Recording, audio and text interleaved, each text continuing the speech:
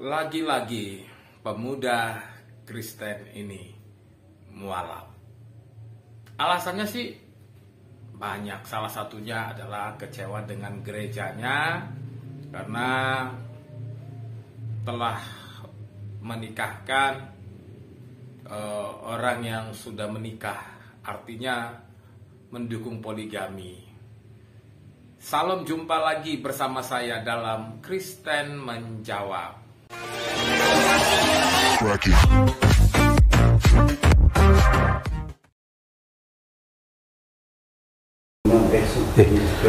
Saya nek Katolik itu nek meninggal bisa nikah lagi ya? Bisa. Ya karena Ini sampai maut cerai mati. Cerai mati bisa. Iya, cerai mati. Di Kristen juga iya. Apa yang dipersatukan Tuhan gitu ya, kalau nggak salah. Itu hukum terdahulu soalnya.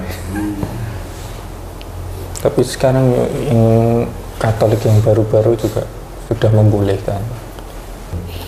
Enggak konsisten. Ya. Enggak konsisten.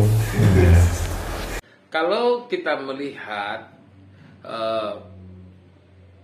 kesaksian brother kita ini, bagaimana dia mualaf, dan salah satu yang menjadi ganjalan di hatinya itu adalah ketika gereja itu tidak konsisten.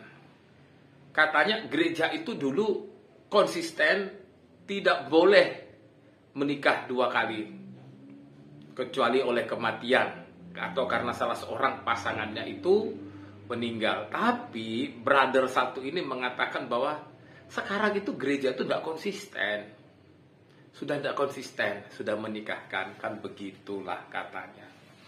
Tetapi yang harus kita ketahui adalah bahwa sampai hari ini gereja itu tidak pernah menikahkan atau gereja itu tidak pernah melegalisasi pernikahan ulang atau memberkati atau menikahkan orang yang sudah mempunyai pasangan. Gereja itu tidak pernah gereja itu menikahkan kembali orang yang sudah punya istri. Gereja itu tidak pernah menikahkan ulang orang yang sudah punya suami. Itu sampai hari ini masih konsisten. Gereja nggak berubah untuk hal itu. Mengapa tidak berubah? Karena memang betul seperti yang brother katakan di awal, bahwa memang dicatat dalam firman Tuhan loh, di dalam Matius 19 ayat 6 dikatakan seperti ini.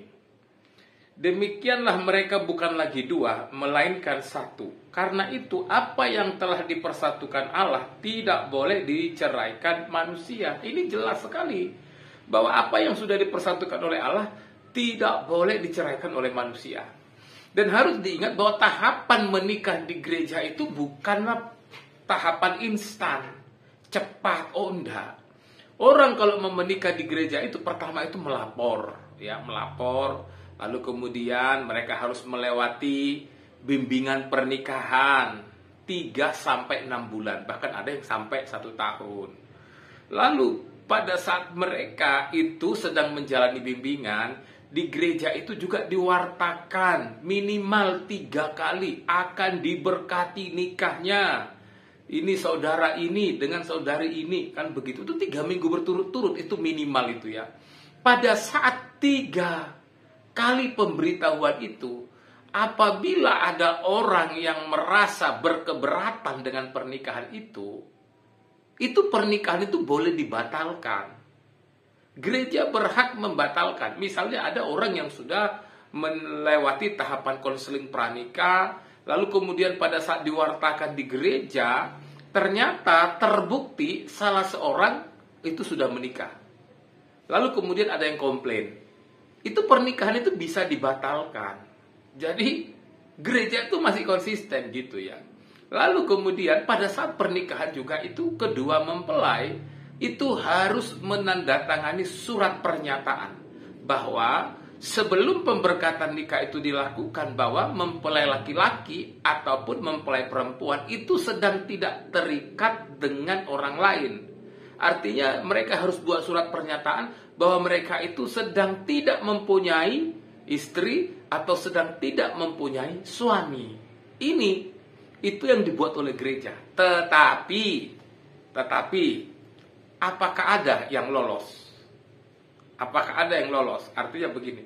Apakah ada pernikahan? Oh, misalnya orang yang sudah punya pasangan itu kemudian dia diberkati di gereja. Apakah ada yang lolos? Ada lah ya. Tapi jarang. Tapi saya pernah mendengar ada yang jarang. Ada yang pernah lolos. Misalnya dia merantau di perantauan. Sebenarnya dia di kampung halamannya sudah punya istri gitu ya. Atau sudah punya suami pada saat dia merantau, lalu kemudian dia menjalin hubungan dengan orang lain, lalu kemudian dia mau menikah di gereja. Itu dia berbohong gitu ya, berbohong. Apakah ada? Saya sih pernah mendengar itu, tapi pada prinsipnya itu dalam ketidaktahuan gereja loh. Dan pada saat mereka melakukan itu, mereka sedang membohongi dirinya sendiri, membohongi gereja, membohongi sesama orang percaya, dan yang lebih penting lagi dia sudah membohongi Tuhan. Dan biasanya pernikahan-pernikahan seperti itu berakhir dengan tragis atau kurang bahagia. Jadi sampai hari ini gereja itu masih hanya menikahkan orang yang layak dan pantas dinikahkan. Mereka belum terikat atau tidak punya suami atau sebelumnya tidak punya istri. Itulah sebabnya seperti kata firman Tuhan bahwa apa yang sudah dipersatukan oleh Allah tidak bisa diceraikan oleh manusia. Salam, Tuhan Yesus memberkati.